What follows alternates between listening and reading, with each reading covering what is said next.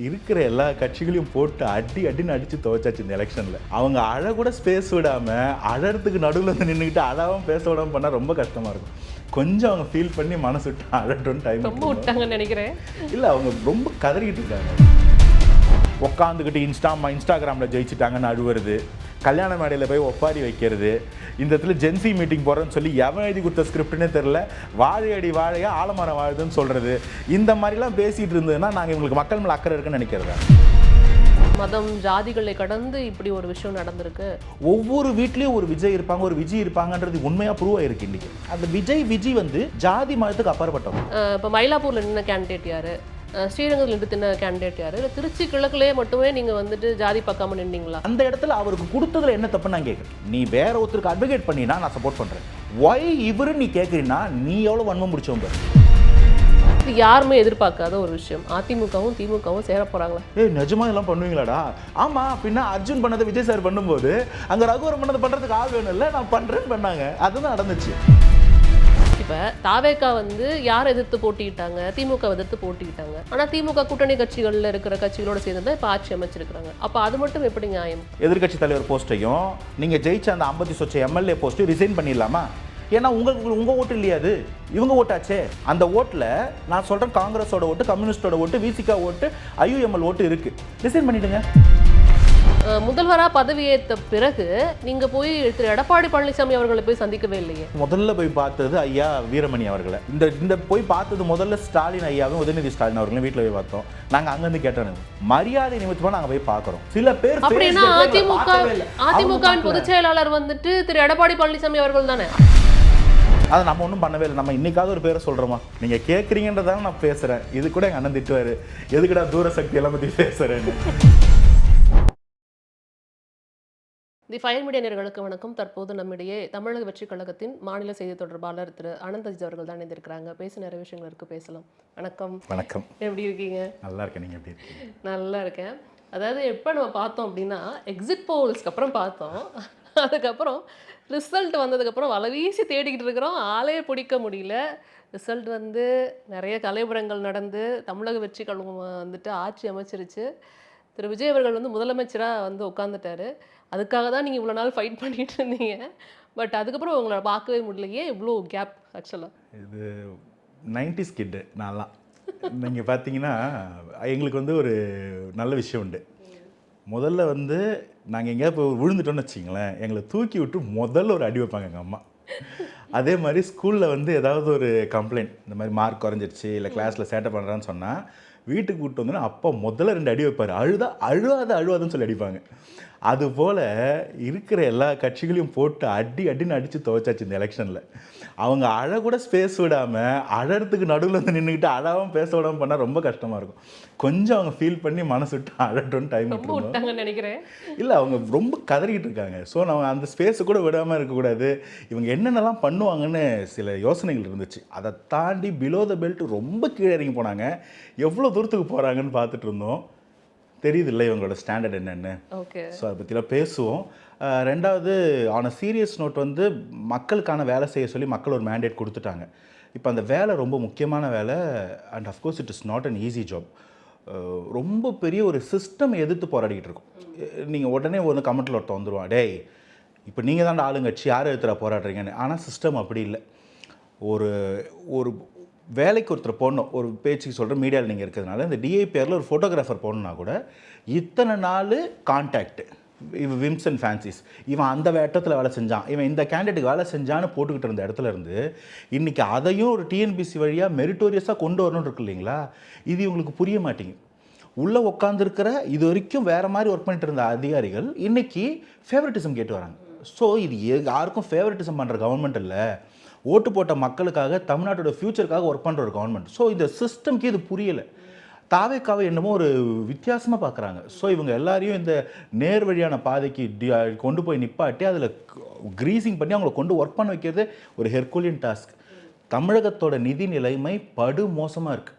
தமிழகத்தில் சட்ட ஒழுங்கு, போதை கலாச்சாரம் எல்லாம் தலையை விரித்து ஆடுற ஒரு நிலைமையில் வந்து பவரை நம்ம வந்து ஸ்வேரிங் இன் பண்ணியிருக்கோம்.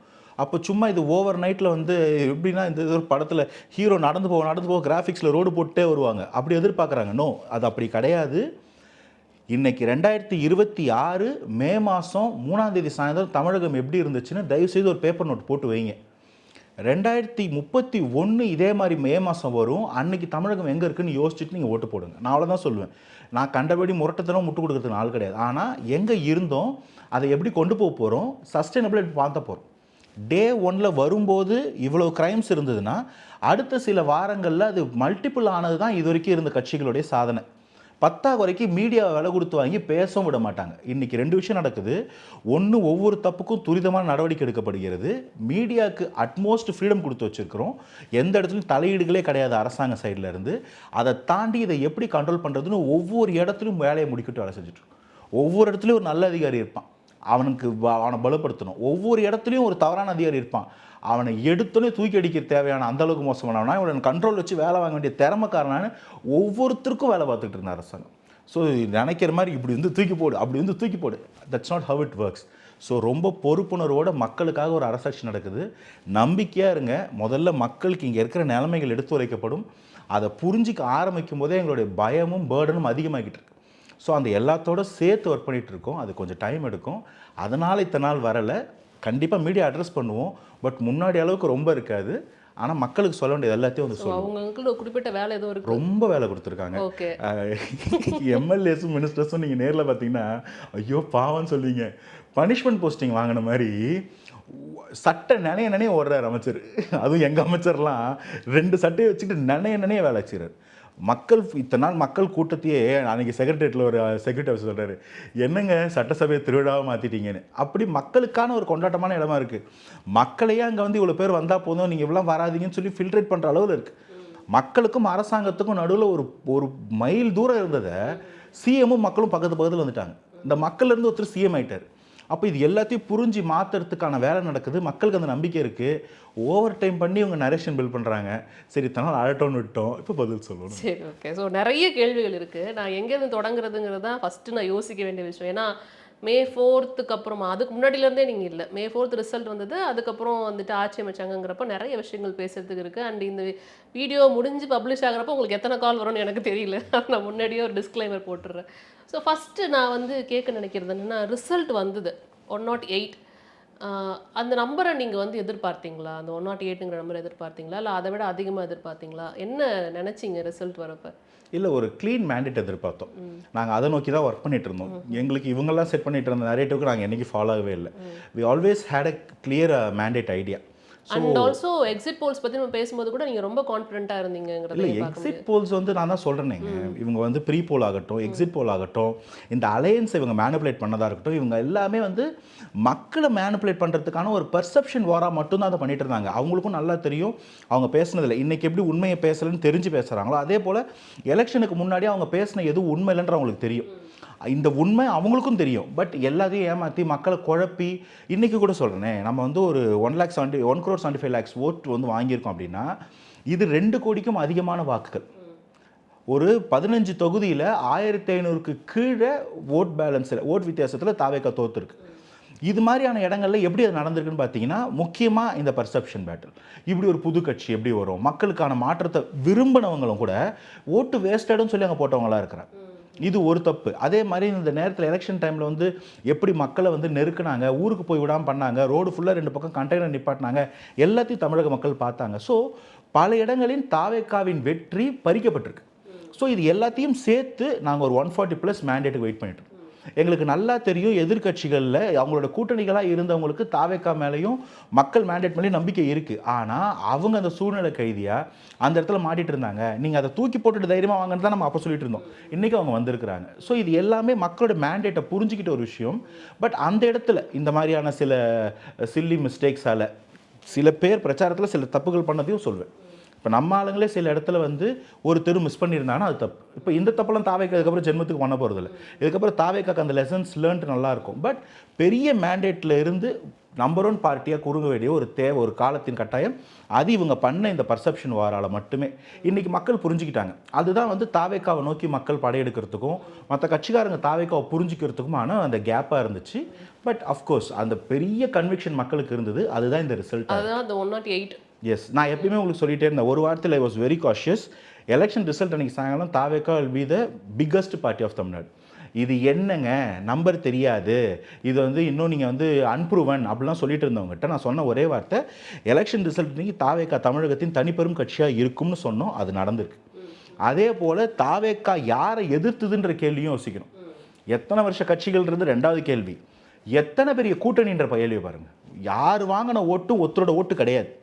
இந்த ஒரு தொகுதியில் இந்த ஒரு கேண்டிடேட் திமுக கேண்டிடேட் வாங்கியிருக்கிறாருன்னா அவர் வாங்கின ஓட்டுக்களில் நல்ல சூழ்நிலை கைதியாக மாட்டிக்கிட்டு இருந்த நல்ல கட்சிக்காரங்களுடைய ஓட்டுகள் இருக்குது. ஸோ அந்த ஓட்டு எல்லாத்தையும் பிரித்து பார்த்தீங்கன்னா இது நீங்கள் தாவேக்காவோட ஓட்டு. இன்றைக்கி நீங்கள் ஆவரேஜ் பண்ணி பார்த்தீங்கன்னா 2.5 கோடி ஓட்டில் நிற்கும். அவ்வளோ பெரிய நம்பர்ஸ் பண்ணியிருக்கோம்.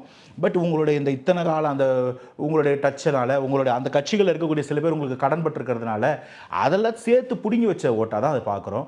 இன்றைக்கி அது வந்து தாவேக்கா நோக்கி வர்றது உங்களுக்கு வலிக்குதுன்னா நாங்கள் ரெஸ்பான்சிபிள் இல்லைன்னு. ஓகே. ஸோ இந்த 108ங்கிறது வந்து நிறைய பேருக்கு வந்து ஆச்சரியமாக இருந்தது. நிறைய பேர் என்ன சொன்னாங்கன்னா, நாங்கள் எதிர்பார்க்கல, நாங்கள் ஜட்ஜ் பண்ணலை இப்படி வருவாங்க அப்படின்னு.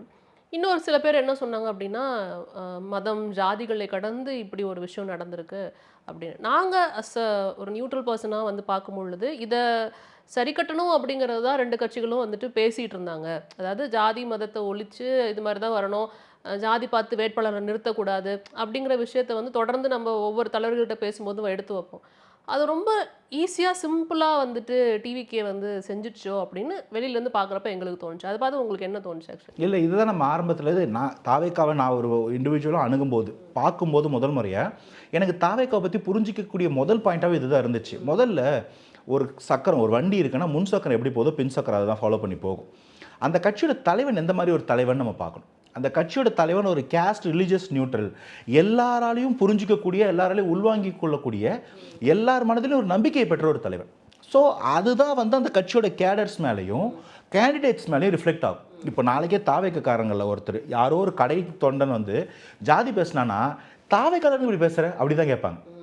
நீ என்ன அவனா, நீ என்ன திருட்டு சக்தியா தீய சக்தியா, நீ இப்படி பேசலாமான்னு கேட்பான். ஏன்னா தலைவன் செட் பண்ணுற ஸ்டாண்டர்ட் அப்படி. ஸோ டே ஒன்லேருந்து இந்த ஸ்டாண்டர்டு ப்ராப்பராக இருக்கும்போது அப்போ இந்த கட்சி இதை நோக்கி தான் போகும் அப்படின்னு நம்மளால் புரிஞ்சிக்க முடியுது. ஒவ்வொரு வீட்லேயும் ஒரு விஜய் இருப்பாங்க, ஒரு விஜய் இருப்பாங்கன்றது உண்மையாக ப்ரூவ் ஆகிருக்கு. இன்றைக்கி அந்த விஜய் வந்து ஜாதி மதத்துக்கு அப்பாற்பட்டவங்க. நான் இந்த சாமி கும்பிட்றேன், அவங்களுக்கு தான் ஓட்டு போடணும், நான் என்னை வந்து இந்த சபையில் சொல்லிட்டாங்க இவங்களுக்கு தான் ஓட்டு போடணுன்றதெல்லாம் அங்கே செல்லுபடி ஆகலையே.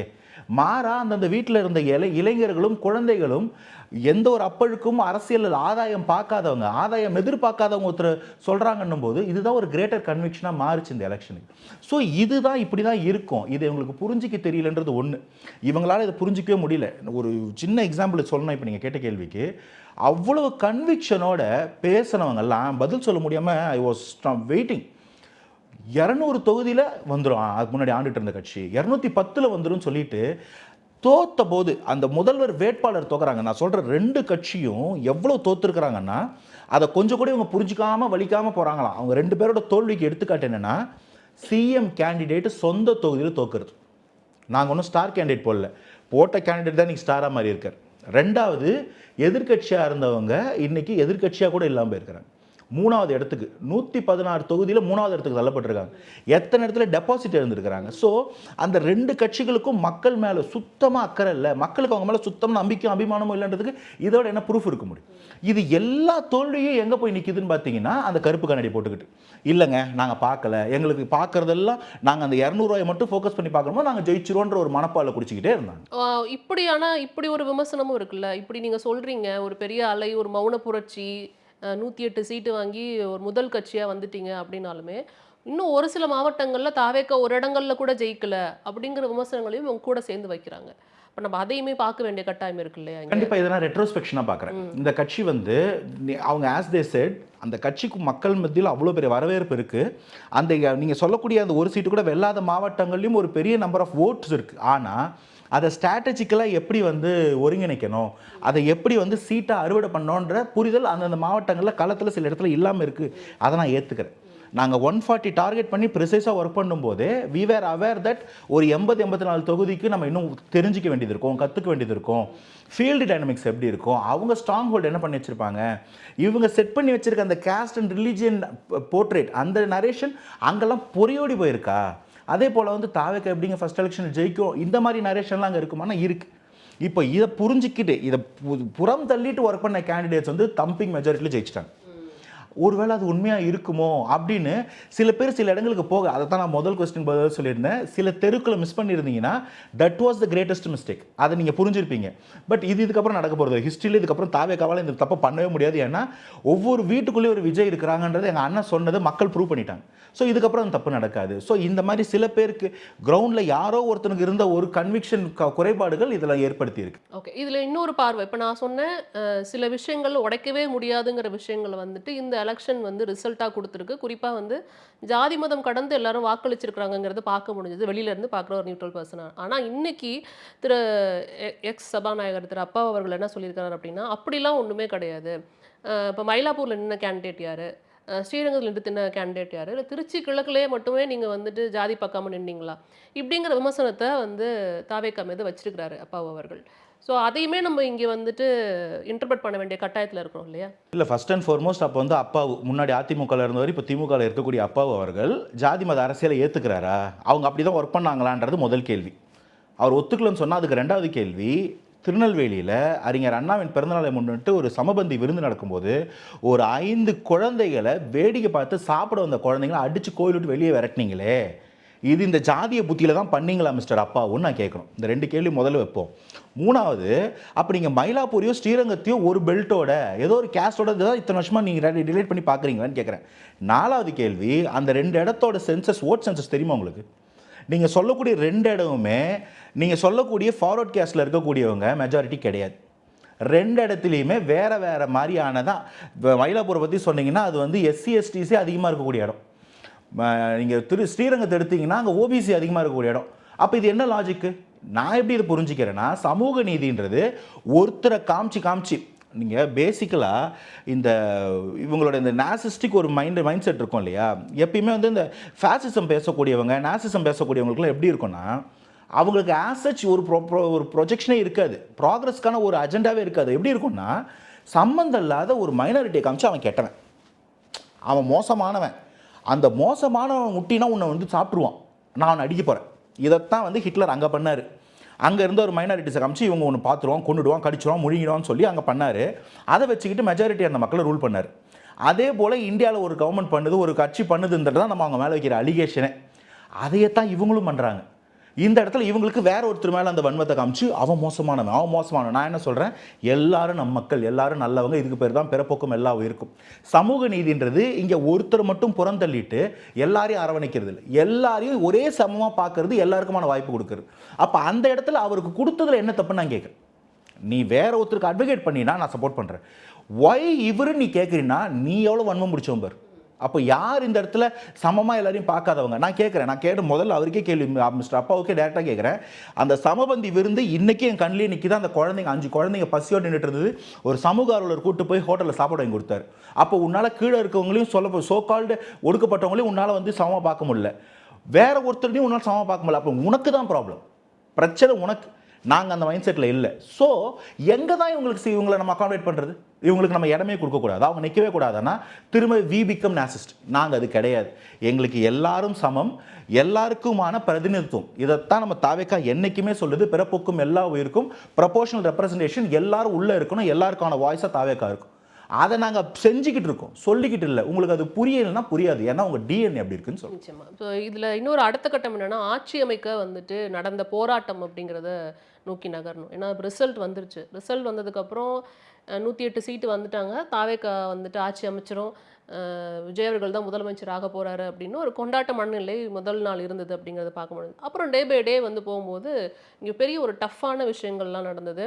முதல்ல வந்து பாதுகாப்போட வலம் வந்த திரு விஜய் அவர்கள் வந்துட்டு அதுக்கப்புறம் வந்து பாதுகாப்பு வாகனங்கள் இல்லாமல் அவங்கள திருப்பி அமைச்சிட்டாரு அப்படின்லாம் பார்க்கும்போது என்ன நடக்க போகுது அப்படின்ற ஒரு விஷயம். அதுக்கு பின்னாடி பத்திரிகையாளர் எல்லாத்துக்கும் முன்னாடியே தெரிஞ்சிருச்சு. மக்களுக்கு தெரியறதுக்கு முன்னாடி திரைமறைவில் என்ன மாதிரியான பேச்சுவார்த்தைகள்லாம் நடந்தது அப்படிங்கிறது எங்களுக்குலாம் தெரிஞ்சிருச்சு. உங்களுக்கும் அது கண்டிப்பாக தெரிஞ்சிருக்க வாய்ப்பு இருக்கு. இது யாருமே எதிர்பார்க்காத ஒரு விஷயம். அதிமுகவும் திமுகவும் சேர போகிறாங்களா, சரி சும்மா சொல்லாதீங்க, அப்படி தான் நாங்களாம் சொல்லிட்டு இருந்தோம். இன்ஃபேக்ட் சொல்ல போனால் இதெல்லாம் நடக்காது, அவங்க ஃபஸ்ட்டு லீடர்ஸ்லாம் ஒத்துக்க மாட்டாங்க அப்படின்னு. அப்புறம் தெரிஞ்சது என்னன்னா லீடர்ஸ் தான் உட்காந்து பேசியிருக்கிறாங்க அப்படின்னு. இதெல்லாம் பார்க்கும்போது எப்படி இருந்தது உங்களுக்கு? இல்லை, இது எனக்கு எப்படி இருந்துச்சுன்னா, இது ஒரு நாஸ்டாலஜிக் மூமெண்ட் மாதிரி இருந்துச்சு. சினிமாவில் பார்த்த நாஸ்டாலஜிக் மூமெண்ட் மாதிரி. முதல்வன் படத்தில் அர்ஜுன் இப்படி தான் வந்து ஜெயிப்பார். மக்களே வந்து அவர் அரசியலுக்கு வர வச்சு ஜெயிக்க வைப்பாங்க. அவர் ஜெயிச்சோன்னே என்ன பண்ணணும், அது வரைக்கும் எதிரி கட்சி, எதிர்க்கட்சி, தேசிய கட்சி இந்த 3 பேரும் தான் வந்து அவர் வீட்டில் அப்ரோச் பண்ணியிருப்பாங்க. இந்த சீன் நீங்கள் பார்த்துருக்கலாம். நான் தேசிய கட்சியிலேருந்து வரேன், நான் எதிர்க்கட்சியிலேருந்து வரேன், நான் கூட்டணி கட்சியிலேருந்து வரேன். 3 பேர் பணத்தை எடுத்து வந்து நெகோஷியேட் பண்ணுவாங்க. அவர் ஒத்துக்க மாட்டார். அதுக்கப்புறம் அவர் ஜெயிச்சோடனே இந்த 3 பேரும் வாசலில் செருப்பு கழட்டி விட்டுட்டு அந்த வீட்டுக்குள்ளே போவாங்க. உட்காந்துக்கிட்டு என்னென்னலாம் இந்த ஆட்சிக்கு குடைச்சல் கொடுக்கலான்னு உட்காந்து டிஸ்கஸ் பண்ணுவாங்க. அதுக்கப்புறமா தான் அந்த ஆட்சி வந்து அவர் அவ்வளோ கஷ்டப்பட்டு இதெல்லாத்தையும் சரி பண்ணி நல்லாட்சி கொடுப்பார். இதுதான் அந்த படம். எனக்கு அது ரியாலிட்டியில் பார்த்த மாதிரி இருந்துச்சு. நிஜமாக இதெல்லாம் பண்ணுவீங்களாடா? ஆமாம், பின்னா அர்ஜுன் பண்ணதை விஜய் சார் பண்ணும்போது அங்கே ரகுவரம் பண்ணதை பண்ணுறதுக்கு ஆள் வேணும் இல்லை, நான் பண்ணுறேன்னு பண்ணாங்க. அதுதான் நடந்துச்சு. ஸோ இங்கே கேஸ்டது எவ்வளோ தரம் தாழ்ந்து போயிருக்காங்கன்னா, ஒருத்தர் 55 சீட்டு வச்சிருக்கிறாரு, ஆனால் முதல்ல வேட்பாளர் ஜெயிக்கல. இன்னொருத்தர் 45 சீட்டுக்கு பக்கம் தான் வச்சிருக்கிறாரு, ஆனால் அங்கே வேட்பாளர் மட்டும் ரெடி. அப்போ நம்ம 2 பேரும் சேர்ந்து, டு பி நோட்டட், இவங்க 2 பேர் சேர்ந்தா இப்பயும் ஆட்சி அமைக்க முடியாது. ஸோ கூட்டணி கட்சிகள் எல்லாம் சேர்த்து இவங்க எல்லாருக்கும் காசாவோ பணமாவோ ஸ்வீட் பாக்ஸாவோ பதவி ஆசையாவோ காமிச்சு கொடுத்து இது இப்படி பண்ணலாமா அதை அப்படி பண்ணலாமான்னு ஈல்டாவாத நல்ல தலைவர்களுக்கு செகண்ட் லெவல் தேர்ட் லெவல் இருக்கவங்க ஒவ்வொருத்தரையும் தனித்தனியாக பேசி எவ்வளோ தான் பணம் வச்சிருக்காங்கன்னு தெரியல, ஒவ்வொருத்தருக்கும் எவ்வளோ டீல் பேசுனாங்கன்னு தெரியல. அது அவ்வளோ ப்ரொலாங் பண்ண முடிஞ்சது. We were aware. இது நடக்குதுன்னு எங்களுக்கு தெரியும். We were waiting to things to get over.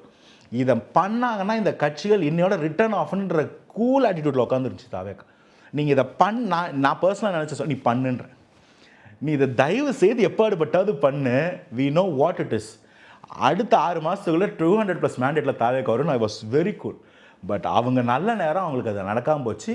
அந்த கூட்டணி கட்சியில் இருந்த நல்ல தலைவர்கள் இதுக்கு ஈல்டாகலை. ஏன்னா ஒவ்வொருத்தரும் இன்றைக்கி வந்து சொல்லும்போது கம்யூனிஸ்ட்லேருந்து தேசிய தலைவர் சொல்கிறாரு, ஐயா திருமாவர்கள் சொல்கிறாங்க, காங்கிரஸ் சத்தம் இல்லாமல் முதல்ல கூட்டணி முடிச்சுட்டு வெளில வந்தாங்க, இன்றைக்கி ஐஎம்எல் வரைக்கும் சொல்கிறாங்க. ஸோ எனக்கு நல்லா புரியுது, இப்படி உங்களுக்கு பதவி ஆசை தேவையா, இப்படி அந்த பதவி வச்சு நீங்கள் என்ன பண்ணிட்டீங்க அப்படின்னு விசாரிக்கும் போது தான் சில இன்னும் திடுக்கடும் உண்மைகள் தெரிய வருது. என்னென்னா, நான் எப்பயுமே இந்த அலிகேஷன் நான் சொல்லுவேன், இவங்க 2 பேரும் பங்காளிங்க தான். நான் ஜெயிச்சா எனக்கு 70 உனக்கு 30, நீ ஜெயிச்சா உனக்கு 70 எனக்கு 30ன்னு வாழ்ந்துட்டாங்க. இன்னைக்கு வெளியிலேருந்து ஒருத்தர் வராரு, வந்து சிஸ்டமை எடுத்து தூசி தட்டி பார்த்தா இவங்க எவ்வளோ கொள்ளடிச்சிருக்கிறாங்கன்ற உண்மையே வெளில போகக்கூடாது. ரெண்டாவது, இந்த கொள்ளடிக்கிற உரிமை நம்ம தவிர அந்த கொள்ளடிக்காமல் இருக்கவே முடியாது. இன்னைக்கு அவங்களுடைய கஜானாக்கள் ஆர் கெட்டிங் ட்ரைட் அப். அந்த பயமும் அந்த பதட்டமும் தான் இன்னைக்கு இவங்களை அப்படி கொக்கரிக்கவும் அப்படியே கொந்தளிக்கவும் அழ வச்சுக்கிட்டு இருக்கு. அவங்க அழறதுக்கு காரணம் தேர் காஃபின்ஸ் ஆர் கெட்டிங் ட்ரைட். அவங்களுடைய கஜானாக்கள் வரவு இல்லாமல், ஏன்னா அவ்வளோ பெரிய செலவு. இன்றைக்கி சொல்கிறாங்கல்ல, இன்ஸ்டாவில் சோஷியல் மீடியாவில் ஜெயிச்சோன்னு மனசாட்சியை தொட்டு கொஞ்சோண்டு யோசிச்சு பாருங்கள். இதை நான் கண்டிப்பாக ரிப்பீட் பண்ணிட்டே இருப்பேன் எல்லா இடத்துலையும். ஓப்பன் பண்ணால் ஒரு யூடியூப்பில் எங்கள் அண்ணன் பேச்சை பார்க்கணுன்னு போனால் கூட பார்க்க விடாத அளவுக்கு வீடியோ போட்டு ஆடு போட்டிருந்தது யார்? ஒரு ஆடு தாவேக்கா போட்டிருக்கோமா? ஒரே ஒரு ஆடு போட்டிருப்போமா? ஒரே ஒரு ப்ரொமோஷன். மக்கள் தான் எங்களுக்கான ஒரே ப்ரொமோஷன். ஆனால் உட்காந்து ஒரு வீடியோ கூட பார்க்க முடியாத அளவுக்கு ஆடை போட்டு போட்டு வெறுப்பேற்றிட்டு இன்றைக்கி நாம் வந்து சோஷியல் மீடியாவில் பண்ணிட்டோமா? தோத்துட்டா அழுதுருவாங்க, மனசு தாங்காதுன்னு கருத்து பேசினவங்கெல்லாம் தோத்துட்டு குளத்தூரில் அழுதுகிட்டு இருந்தது யார்? தாவேக்கா வேட்பாளர்கள் இந்தாப்பா 100 சொச்ச பேர் தோத்துருக்கான். எத்தனை பேர் அழுதான்? ஏன்னா எங்களுக்கு இது மக்கள் சேவன் புரியுது, இங்கே வர்றது பதவியில் பொறுப்புன்னு புரியுது, ஒவ்வொருத்தருக்கும் புரியுது. ஏன் அழுதிங்க? 5 வருஷம் கழிச்சு நிற்கலாமே, இடைத்தேர்தல் நிற்கலாமே, எம்பி எலெக்ஷன் நிற்கலாமே, ஏன் அவ்வளோ சேவ் பண்ண அவசரமாக இருந்தால் உள்ளாட்சி தேர்தலின்னு மேயராக வேலை செய்யலாமே, ஏன் அழுகாட்சி வருது? அப்போ இவங்களுக்கு இந்த பதவி ஒரு போதையாக மாறி போச்சு. இந்த பதவி இல்லைன்னா நம்மளால் அது, எந்த பவர் இல்லைன்னா நம்மளால் எதையும் பண்ண முடியாதுன்ற நிலைமை. அப்போ இவங்க என்ன நல்லது செஞ்சிருவாங்கன்னு இவங்களுக்கு பவர் கொடுப்பாங்க. இதில் நம்ம பேச வேண்டிய விஷயம் என்னென்னா, ஆளுநர் அவர்களே வந்துட்டு ஒரு நேர்காணல் என்ன சொன்னார் அப்படின்னா, யார் வேணாலும் ஆட்சி அமைக்க வரலாம், தாவேக்காவும் வரலாம், திமுகவும் அதிமுகவும் சேர்ந்து கூட வரலாம் அப்படின்னு நேர்காணலில் சொல்லியிருந்தாரு. நம்பர்ஸாக பார்க்கும்போது தட்ஸ் ரைட், ஆட்சி அமைக்க அவங்களுக்கும் உரிமை இருக்குது. ஒரு நம்பராக தானே வந்துட்டு வராங்க, நம்பர் இல்லாமல் நான் வந்துட்டு ஆட்சி அமைக்கிறேன்னு அவங்க சொல்லவே இல்லை. திமுகவும் அதிமுகவும் சேர்ந்தால் என்ன தவறு அப்படின்னு கேட்குறவங்களும் இங்கே இருந்தாங்க. என்ன தவறு இருக்க போகுது? இப்போ தாவேக்கா வந்து யாரை எதிர்த்து போட்டிக்கிட்டாங்க? திமுக எதிர்த்து போட்டிக்கிட்டாங்க.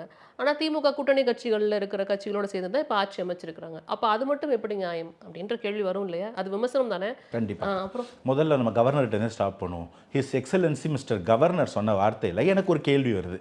இதே போல் ஒரு தேர்தலில் கர்நாடகா பக்கத்து மாநிலத்தில் 114 என்னமோ அவங்களுக்கு மேண்டேட்டு, 102 ஒருத்தர் ஜெயிக்கிறாரு, அவரை கூப்பிட்டு ஆட்சி அமைக்க சொல்கிறாங்க. அவர் ஃப்ளோர் டெஸ்ட்டுக்கு போகிறாரு, ஃப்ளோர் டெஸ்ட் போகும்போது பாஸ் பண்ணுறாரு, ஆட்சி அமைக்கிறாங்க. இன்றைக்கி அங்கே அந்த துணை முதல்வர் அந்த கேஎஸ் நடக்குது. இதுக்கு காரணம் அவங்க ஆட்சி அமைக்கும் போது இவரே தான் அங்கேயும் கவர்னராக இருக்கிறாரு. அதிகமாக இருக்கக்கூடிய அந்த biggest political party, single largest பார்ட்டியை கூப்பிட்டு ஆட்சி அமைக்க சொல்கிறாரு. இந்த லாஜிக் படி பார்த்தா தமிழகத்தில் சிங்கிள் லார்ஜஸ்ட் பார்ட்டி யார்? தாவேக்கா. அப்போ தாவேக்காவை கூப்பிட்டு ஃப்ளோர் டெஸ்ட் விட்டுருக்கணுமா இல்லையா? இந்த கேள்வி முதல் கேள்வி. இந்த கேள்விக்கு நான் திருப்பி ஒரு கேள்வி வச்சிடுறேன். ஸோ 108 தான் எங்களோட நம்பரு. நாங்க தான் சிங்கிள் லார்ஜஸ்ட் பார்ட்டி. எங்கள ஆட்சி அமைக்க கூப்பிடுங்க அப்படின்னு சொல்லி தாவேகா கடிதம் குடுக்கல. அங்க வந்துட்டு ஒரு சின்ன ஒரு மிஸ்டேக் நடந்திருக்குங்கிறது தான் வெளியில வைக்கிற விமர்சனங்கள். நீங்க வந்து காங்கிரஸையும் கூட சேர்த்துக்கிட்டு எங்களோட நம்பர் இது, எங்கள ஆட்சி அமைக்க கூப்பிடுங்கன்னு சொல்றப்ப, அவர் நம்பர தானே பார்ப்பாரு.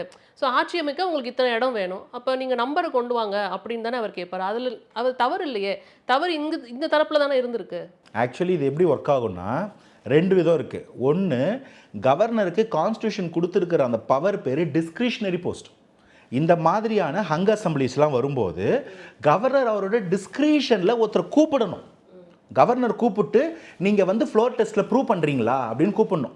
அவங்க இல்லைங்க நாங்கள் ப்ரூவ் பண்ணலைங்க, நாங்கள் அப்படி மெஜாரிட்டி வர விருப்பம் இல்லைன்னு சொன்னாங்கன்னா அதுக்கு அடுத்து இருக்கிற லார்ஜஸ்ட் பார்ட்டிக்கு போகணும். இது கவர்னரோட discretion. Whenever there is not a clear mandate. ஒரு ஹங் அசம்பிளி ஃபார்ம் ஆச்சுன்னா கவர்னருக்கோ மேலே போனீங்கன்னா பிரசிடென்ட்டுக்கோ இது ஒரு டிஸ்கிரிஷனரி பவராக தான் கான்ஸ்டியூஷன் கொடுத்துருக்கு. இதுதான் இவங்களுடைய முக்கியமான வேலையே. அப்போ இங்கே என்ன வந்திருக்கு, இங்கே ஒரு ஹங் அசம்பிளி வந்திருக்கு. அப்போ அவர் என்ன பண்ணியிருக்கணும், அவர் தான் வந்து லார்ஜஸ்ட் பார்ட்டி யாருன்னு பார்க்கணும். இங்கே தமிழகத்தில் யார் லார்ஜஸ்ட் பார்ட்டின்னு நம்ம போய் சொல்ல வேண்டிய தேவை இருக்கா? இல்லை, கவர்னருக்கு அதை சொல்ல வேண்டிய வேலை எந்த கட்சிக்கும் கிடையாது. இரண்டாவது பாசிபிலிட்டி தான் ஒரு கட்சி போய் கிளைம் பண்ணுறது. நாங்கள் இது மாதிரி எங்களால் முடியும் நம்புகிறோம், அதற்காக நீங்கள் எங்களுக்கு கொடுங்க அப்படின்னு சொல்லும்போது நம்மக்கிட்ட இருக்கிற சப்போர்ட்டர்ஸ் லெட்டர்ஸை கொடுக்குறோம். முதல் வாட்டி போகும்போது 108 லெட்டர் கொடுக்கறதும், ரெண்டாவது வாட்டி 113ஆம் மாதம் லெட்டர் கொடுக்கறதும் எங்ககிட்ட நம்பர்ஸ் இன்க்ரீஸ் ஆகுது, எங்களால் ஃப்ளோ டெஸ்ட் பண்ண முடியும்னு சொல்கிறது. இது வந்து நம்ம கிளைம் பண்ணுறது. காஷியஸா பண்ணாங்களா டிவிக்கு? இல்லைங்க, இது என்னன்னா அன்னைக்கு எங்களுக்கு நல்லா தெரியும் யார் யாரெல்லாம் வந்து சப்போர்ட் பண்ணுறாங்க. இவங்க எல்லாருக்கும் வந்து அங்கே இந்த மாதிரி ஒரு பேரம் நடந்துக்கிட்டு இருக்கு. இந்த பேரம் வந்து நடந்தால் இது இந்த எலெக்ஷனுக்கே, இந்த மக்களாட்சிக்கே அவமானம். திமுக அதிமுகவும் இருக்கிற எல்லா கூட்டணி கட்சிகளும் சேர்த்து ஒரு ஆட்சி அமைச்சு திமுகலேருந்து ஒருத்தர் துணை முதல்வராகவும் அதிமுகலேருந்து ஒருத்தர் முதல்வராகவும் வந்தால் 8 கோடி பேரையும் சேர்த்து வச்சு அசிங்கப்படுத்தின மாதிரி ஒரு கதை. ஸோ அப்போ அதை கண்டிப்பாக என்டர்டெயின் பண்ணக்கூடாது. நம்ம இதை கிளைம் பண்ணாமல் இருந்துடக்கூடாது. நியாயத்துக்கு அவரே கூப்பிட்டு ஃப்ளோ டெஸ்ட் விட்டுருக்கணும். நம்ம அதை ப்ரூவ் பண்ண முடியலன்னா அவர் அடுத்த ஆப்ஷன் போயிருக்கணும். அப்போ அவர் அதை பண்ணவே கிடையாது. இப்போ ஏன் அதை பண்ணலைன்ற கேள்வி வருது இல்லை? கர்நாடகாவில் பண்ணவர் தானே நான் கேட்குறேன். ரெண்டாவது, இங்கே பண்ணக்குள்ள நம்ம போய் கிளைம் பண்ணும்போது 108 தான் இருக்குது, 118 எப்படி கிளைம் பண்ணுவீங்க? இல்லைங்க இப்போ 113 இருக்குது. எங்களுக்கு இவ்வளோ சப்போர்ட்டர்ஸ் இருக்கிறாங்க, ஃப்ளோ டெஸ்ட்டில் காமிங்க. சரி, நான் உங்களை கேட்குறேன், நம்ம 120 லெட்டர் கொடுத்துட்டு உள்ளே போனோம். என்ன நம்பர் வந்துச்சு ஃப்ளோ டெஸ்ட்டில்? 144. யார் அந்த 24 பேர் ஏன் போட்டாங்க? அன்னைக்கு அவங்களுக்கும் வந்து விப்பு கிடையாது. அங்கேயும் யார் பார்ட்டி லீடர் பார்ட்டி விப்புன்னு சூஸ் பண்ண கிடையாது, ஓட்டு போட்டாங்க. இப்போ என் கேள்வி என்னென்னா, இந்த நம்பர் இங்கே இருந்திருக்காதா? அப்போ இதை ஃப்ளோர் டெஸ்ட்டில் தானே பண்ணணும். என்ன சொல்லுது இதுக்கு முன்னாடி ஜட்ஜ்மெண்ட்ஸ் எல்லாமே? எஸ்ஆர் பொம்மை கேஸ்லேருந்து எதை எடுத்தீங்கனாலும் ஃப்ளோர் டெஸ்ட்டு ஃப்ளோரில் தான் நடக்கணும். அது மீடியாவோட ட்ரையல்லையோ கவர்னரோட வீட்லையோ நடக்க வேண்டிய அவசியம் கிடையாது. அப்போ அந்த ஃப்ளோர் டெஸ்ட்டுக்கு எனக்கு இருக்கிற கான்ஸ்டியூஷனல் ரைட்டை கிளைம் பண்ணுறோம், நமக்கு அதுவே கொடுக்கப்படலை. ஸோ இதை ஒரு பக்கம் வைங்க, இவர் பக்கம் இருக்கிற நியாயம் மக்கள் பார்த்துருப்பாங்க, நம்ம அதை திரும்ப ப்ரஷ் பண்ணி கொடுத்துட்டோம். இப்போ இவங்க 2 பேரும் கூட்டணி ஆட்சி. முதல்ல தாவேகா எந்த இடத்துலையுமே எத்திக்ஸை மீறி நடந்ததே கிடையாது. TVK is the most ethical party I could ever see. முதல் விஷயம், தாவேகா இன்னைக்கு சொல்கிறேன், இப்போ நான் சொல்கிறேன், யாராக ஒருத்தரை கூப்பிட்டு அமைச்சரவையில் உட்கார வைக்க முடியும்? எம்எல்ஏவாக இல்லாத ஒருத்தரை கூட உட்கார வச்சு 6 மாதத்தில் பை எலெக்ஷனில் அவங்க நிற்க வச்சு ஜெயிக்க வச்சு அவங்கள வந்து எம்எல்ஏவாகவும் பதவி ஏற்றுக்கு வச்சு அமைச்சரவை கண்டினியூ பண்ண வைக்க முடியும். இதுக்கு கான்ஸ்டியூஷனில் இடம் இருக்குது. தாவேகா யாராவது ஒத்துருக்காத அந்த மாதிரி ஒன்று பண்ணியிருப்போமா? யாராவது ஒத்துருக்காத அந்த ப்ராமிஸ் கொடுத்துருப்போமா? யாராவது ஒத்துருக்கு வாரியம் போட்டிருக்கிறோமா? இல்லை. குதிரை பேரம்னா என்னென்னா, இந்த மாதிரி எதிர்கட்சியில் இருக்கக்கூடிய எம்எல்ஏக்களை கடத்தி கொண்டு போய் வச்சு அவர்களுக்கு காசை கொடுத்து இல்லை பவர் ஆசை காமிச்சு அவங்கள நேராக கூட்டிகிட்டு வந்து ஃப்ளோ டெஸ்ட் வைக்கிறாங்க பாருங்கள். இதுக்கு பேர் தான் குதிரை பேரம். இதுக்கு 2 எக்ஸாம்பிள் சொல்லட்டுங்களா? 2006 to 2011 இருக்கும்போது தேமுதிக எம்எல்ஏக்களை ரிசைன் பண்ணி உள்ளே கொண்டு வர வச்சாங்களே, அது அதிமுக பவரில் வந்த பிறகு அவங்க கூட்டணி கட்சி அந்த தேமுதிகவிலேருந்து ஆளுகளை உருவி கூட்டணி அமைச்சு 2014 திரும்ப அவங்களுக்கு எம்எல்ஏ சீட்டு கொடுத்தாங்களே, அது எந்தெந்த இடத்துல இல்லாமல் ரொம்ப சொற்ப சீட்டுகளை ஜெயிச்சு அதிகபட்ச சீட்டு ஜெயிச்சவங்களை கூட்டிகிட்டு வந்து ஃப்ளோ டெஸ்ட் பண்ணுறாங்களே, அது 2018 இந்த இடத்துல சட்டசபையில் பிரச்சனை வரும்போது 20 பேர் ரிசைன் பண்ண வச்சு அவங்க இல்லாமல் சட்டசபையில் ஓட்டு எடுக்க வச்சு ஒன்று பண்ணாங்களே அதிமுக திமுகவும். இதுக்கெல்லாம் பேர் தான் குதிரை பேரம். தாவேக்காவை நம்பி மக்கள் படைப்படையாக வராங்க ஒவ்வொரு ஊர்லேயும். நான் அன்னைக்கு சொன்னதான் இன்றைக்கும் சொல்கிறேன், மக்கள் இத்தனை வருஷம் நானும் வேற ஒரு கட்சிக்கு ஓட்டு போட்டவன் தான். பார்க்கக்கூடிய எல்லாரையும் 60 ஓட்டு போட நாங்கள் என்ன 2026 அண்ணா வரைக்கும் ஓட்டே போடாமல் இருந்தோம், ஓட்டு போட்டோம் தான். இன்றைக்கி எங்களுக்கு நல்ல தலைவன் வந்துட்டான் போது மனம் மாதிரி ஓட்டு போட்டிருக்கோம்ல பொதுமக்கள். நாங்கள் அதே போல் மக்கள் இன்றைக்கி ஓட்டு போட்டவங்களும் நல்ல தலைவன் வந்திருக்கான்னு சொல்லி பின்தொடர வர்றவங்களையும் நாங்கள் ஏன் ஏற்றுக்கூடாது? நான் அது போல் மற்ற கட்சியில் நான் எம்எல்ஏவா வந்து நிற்கிறேன்னு சொன்னா கூட இது ஏற்றுக்க முடியாது. நீங்கள் மற்ற கட்சி எம்எல்ஏ வந்தால் நீங்கள் நாங்கள் அந்த கட்சி எம்எல்ஏவா தான் உங்களை பார்ப்போம்னு சொல்லும்போது, இல்லை எங்களுக்கு தாவேக்காக்குள்ளே வர்றது தான் முக்கியம், எங்களுக்கு அந்த பதவியோ அதனால வரக்கூடிய எந்த லாபமும் முக்கியம்னு சொல்லி தூக்கி போட்டுட்டு அவங்க வராங்க. இதுக்கு நான் என்ன பண்ண முடியும்? இல்லை, இப்போ நீங்கள் சொன்னது வந்து இப்போ அதிமுக எம்எல்ஏ ரிசைன் பண்ணிட்டு வராங்க, அதை பற்றி நீங்கள் பேசுகிறீங்கிறது புரிஞ்சுக்கிறேன். நான் என்ன கேட்குறேன்னா, திமுக எதிர்த்து தான் நீங்கள் போட்டிக்கிட்டீங்க, ஆனால் திமுக கூட்டணி கட்சிகளில் இருக்கிறவங்கள தான் கூட்டிகிட்டு வந்து இப்போ சேர்த்து ஆட்சி அமைச்சிருக்கீங்க. அப்போ திமுகவும் அதிமுகவும் சேர்றது தப்புன்னு நீங்கள் எப்படி சொல்லலாம் அப்படிங்கிற விமர்சனம் இருக்கு இல்லையா? இல்லை, அது எப்படி நியாயம்னு நான் கேட்குறேன். முதல்ல இதுக்கு 2வது கேள்வி பதில் சொல்லிட்டு முதல் கேள்வி வரேன். இப்போ வந்து திமுக எதிர்த்து தான் நாங்கள் போராட்டம் பண்ணோம் அப்படின்னு சொல்லும்போது, இப்போ நான் இப்படி வேர்டு வைக்கிறேன், காங்கிரஸ், விசிகா, கம்யூனிஸ்ட், ஐயுஎம்எல் இந்த கட்சிகளுடைய வாக்குகளையும் சேர்த்து தான் திமுக பெற்றிருக்கு. ஒத்துக்கலாமா? இந்த கட்சிகளோட வாக்குகளை வச்சுக்கிட்டு நீங்களாம் எப்படி எம்எல்ஏ உட்கார முடியும்? இப்போ அவங்க உங்கள்கிட்ட ஆதரவு இல்லைன்ட்டாங்க, இந்த ஓட்டையும் சேர்த்து தான் நீங்கள் எம்எல்ஏ வாங்கியிருக்கீங்க, ரிசைன் பண்ணிடுறீங்களா? எதிர்கட்சி தலைவர் போஸ்ட்டையும் நீங்கள் ஜெயிச்ச அந்த 50 சொச்ச எம்எல்ஏ போஸ்ட்டையும் ரிசைன் பண்ணிடலாமா? ஏன்னா உங்கள் ஓட்டு இல்லையா, அது இவங்க ஓட்டாச்சே. அந்த ஓட்டில் நான் சொல்கிறேன், காங்கிரஸோட ஓட்டு, கம்யூனிஸ்டோட ஓட்டு, விசிகா ஓட்டு, ஐயுஎம்எல் ஓட்டு இருக்குது. ரிசைன் பண்ணிவிடுங்க, உங்களுக்கு உங்கள் ஓட்டு வேணாம் இல்லை, முடியுமா? நான் என்ன கேட்குறேன்னா, இந்த எலக்ட்ரல் ப்ராசஸில் ப்ரீ போல்னு ஒரு ஸ்ட்ராட்டஜி இருக்குது, போஸ்ட் போல்னு ஒரு ஸ்ட்ராட்டஜி இருக்குது.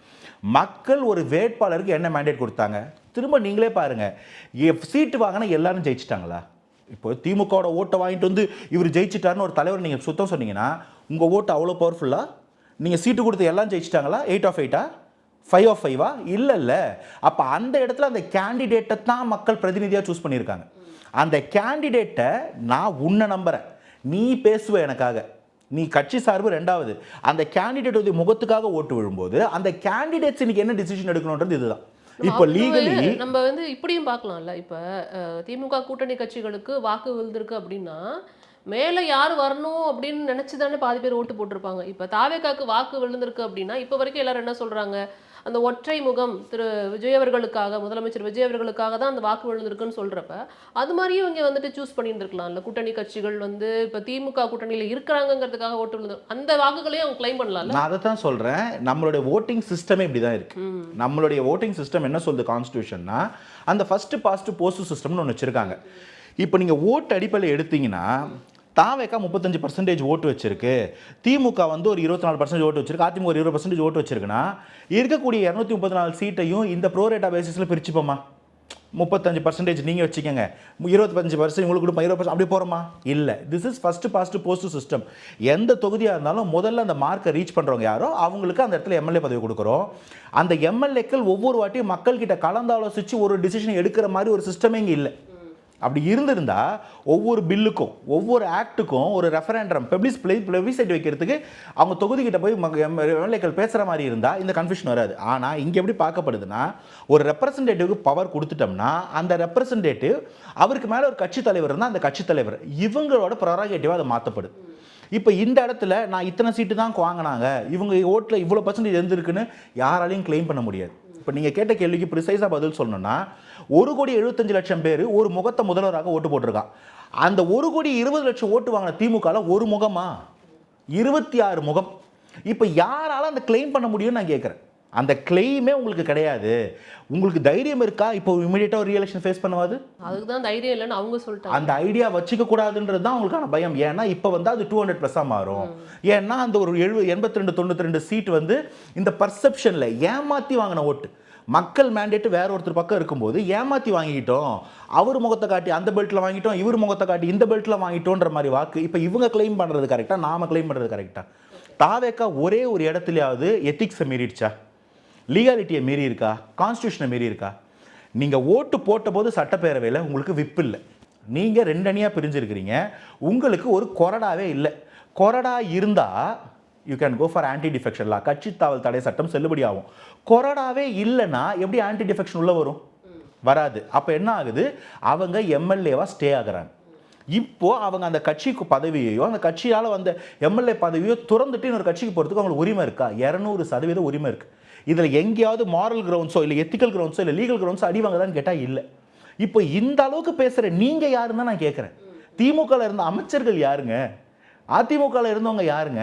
இன்றைக்கி அந்த கட்சிகள் அப்படியே கரைஞ்சி ஒருங்கி ஓடிக்கிட்டு இருக்கு அப்படின்னும் போது உங்களுடைய மேண்டேட் மக்கள் என்ன கொடுக்குறாங்க, உங்கள் மேலே மக்களுக்கு என்ன நம்பிக்கை இருக்குன்னு பாருங்கள். இதில் அதாவது உள்ள வந்து சட்டசபையில் வந்து நம்பிக்கை வாக்கெடுப்பின் போது தான் அந்த அத்தனை பேர் உங்களுக்கு ஆதரவு கரம் நீட்டினாங்க.